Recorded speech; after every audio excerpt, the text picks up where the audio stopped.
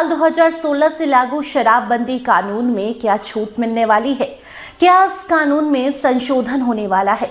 ये सवाल इसलिए क्योंकि बिहार में नई सरकार बनने के बाद एक अलग ही बहस छिड़ गई है कि क्या भाजपा बड़े भाई की भूमिका जिस तरीके से बिहार में अब निभा रही है, तो क्या भाजपा शराबबंदी पर भी कोई फैसला लेने पर नीतीश कुमार को मजबूर करेगी। नीतीश कुमार ने शराबबंदी करने का फैसला लिया, लेकिन वो शराबबंदी बिहार में असफल साबित हुई। ये सिर्फ बिहार ही नहीं बल्कि पूरा देश जानता है, क्योंकि बिहार में जब से शराबबंदी कानून लागू किया गया तभी से बिहार में कई ऐसी घटनाएं हुई हैं जिसने देश को झकझोर कर रख दिया। हाल ही में कई सारे ऐसे मामले सामने आ रहे हैं जिसने शराबबंदी पर फिर से सवाल उठा दिया है। कहीं पटना में दोस्तों के बीच शराब पार्टी करने से किसी की जान चली जाती है, तो कहीं कोई जहरीली शराब पीकर कहीं मृत पाया जाता है। ऐसी घटनाएं सोचने पर मजबूर कर देती हैं कि शराबबंदी से किसको फायदा है और किसको नुकसान है। क्या सचमुच आम जनता शराबबंदी का फायदा उठा पा रहा है? क्या जिन महिलाओं के लिए नीतीश सरकार ने शराबबंदी किया, क्या उन महिलाओं को फायदा हो रहा है, या फिर उनके पति जहरीली शराब पीकर उन महिलाओं को विधवा कर दे रहे हैं, यानी कि जहरीली शराब पी रहे हैं तो उनकी जिंदगी खत्म हो जा रही है और घर का चिराग बुझ जा रहा है। ऐसे में अब सवाल ये कि शराबबंदी कानून में अगर छूट मिलती है तो किसे फायदा होगा और उससे किसका नुकसान होगा।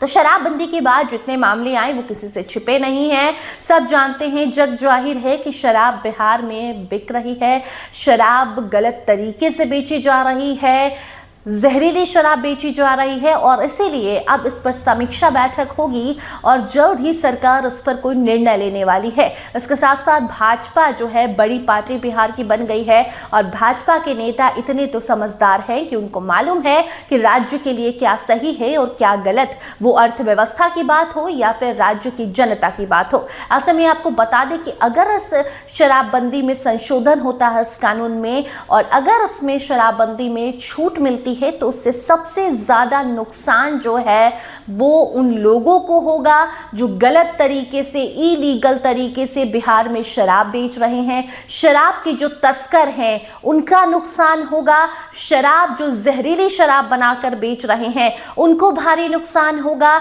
जो दूसरे राज्य से लाकर बिहार में शराब बेच रहे हैं ज्यादा दाम में उनको नुकसान होगा, और फायदा उनको होगा जब शराब खुले में लोग खरीद पाएंगे, बेच पाएंगे। तो ऐसे में दुकानदारों को फायदा होगा जो शराब का पहले बिजनेस करते थे और अब उनका बिजनेस ठप तो हुआ ही, इसके साथ साथ कोई नया बिजनेस शुरू तो किया उन्होंने, लेकिन वो बिजनेस चल नहीं पाया क्योंकि सबका एक बेस होता है। इसके साथ साथ उन लोगों को, गरीबों को फायदा होगा जिनके घर अगर एक दिन की कमाई 500 है तो अभी 400 रुपए सिर्फ शराब में जाता है, और उस समय सिर्फ 1 या 200 रुपए शराब में जाएंगे और बाकी के पैसे उन्हें बचेंगे। हालांकि बार बार हम ये मेंशन करते हैं कि शराब पीना स्वास्थ्य के लिए हानिकारक है, इससे दूर रहना चाहिए, लेकिन जो लोग इसके लत लगाए बैठे हैं वो नहीं मानते हैं और शराब पीते हैं, और इससे सबसे ज्यादा नुकसान सरकार को है और बिहार की उन महिलाओं को है जिनके पति जहरीली शराब और महंगी शराब बिहार में पी रहे हैं। आपको बता दें कि बिहार में जो सरकार है उसको भी इस शराबबंदी कानून से काफ़ी ज़्यादा नुकसान होता है, क्योंकि टूरिस्ट यहाँ पर स्टे नहीं कर पाते हैं। बिहार में घूमने का जगह तो बहुत है, लोग आते हैं, घूमते हैं, लेकिन एक रात भी मुश्किल से रुकते हैं क्योंकि तुरंत वो दूसरे राज्य में जाना सही समझते हैं। खासकर जो फॉरेनर्स होते हैं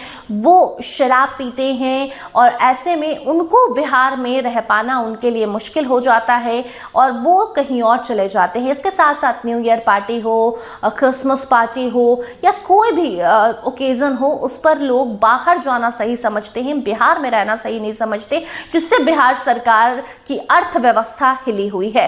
इसके साथ साथ जो पुलिस है उसे भी फायदा होगा। जो पुलिस है या फिर मद्य निषेध विभाग की जो प्रशासन है, अधिकारी हैं, वो एक ही काम में लगे हुए हैं, शराब तस्कर को पकड़ने के लिए। और ऐसे में अगर इस कानून में छूट मिलती है, संशोधन होता है, शराब बेची जाती है, ठेके खोले जाते हैं, तो वो पुलिस वाले एक जगह खड़े रहेंगे कि यहाँ पर जो आ रहा है, अगर लाइसेंस उसे दिया गया है, नियम ये बनाया गया है कि लाइसेंस से आपको शराब लेनी है, तो इससे कोई भी जाकर शराब नहीं ले सकता। तो एक अलग ही व्यवस्था बिहार में सेट हो जाएगी। तो इससे कई लोगों को नुकसान, कई लोगों को फायदा, लेकिन सबसे ज्यादा नुकसान हेल्थ को है। शराबबंदी है, फिर भी लोग जहरीली शराब पी रहे हैं, और शराब अगर चालू होती है तो भी शराब हेल्थ के लिए सही नहीं है। तो शराब से दूरी बनाना सही होता है, लेकिन जो लोग नहीं बना पाते हैं उनके लिए सरकार को सोचना चाहिए कि कुछ ऐसा स्ट्रिक्ट नियम लाया जाए कि शराब लोग पी पाए, लेकिन एक लिमिट में।